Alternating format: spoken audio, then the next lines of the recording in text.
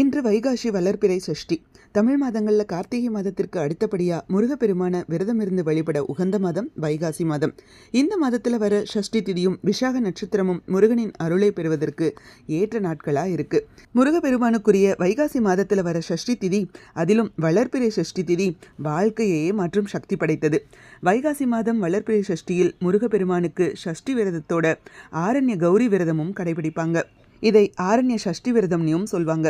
அம்பிகையையும் முருகனையும் ஒரே நாளில் விரதம் இருந்து வழிபடுறதால வைகாசி மாதத்தில் வர வளர்பிறை சஷ்டி மிகவும் விசேஷமான நாளாக கருதப்படுது. சஷ்டி விரதத்தை கடைபிடிக்கும் போது திருமணம் ஆகாதவங்களுக்கு சீக்கிரம் திருமணம் நடைபெறும். ஈடுபடும் காரியங்கள் அனைத்திலும் சிறப்பான வெற்றிகள் உண்டாகும். குழந்தை இல்லாதவங்களுக்கு விரைவில் குழந்தை பேறு பாக்கியமும் கிடைக்கும். தொழில் வியாபாரங்களில் லாபமும் பெருக ஆரம்பிக்கும். நீங்கள் வேண்டியது யாவும் கைகூட வெற்றி குமரனை மனதார வழிபடுங்கள். இந்த நாள் கொண்டாட்டமான நாளாக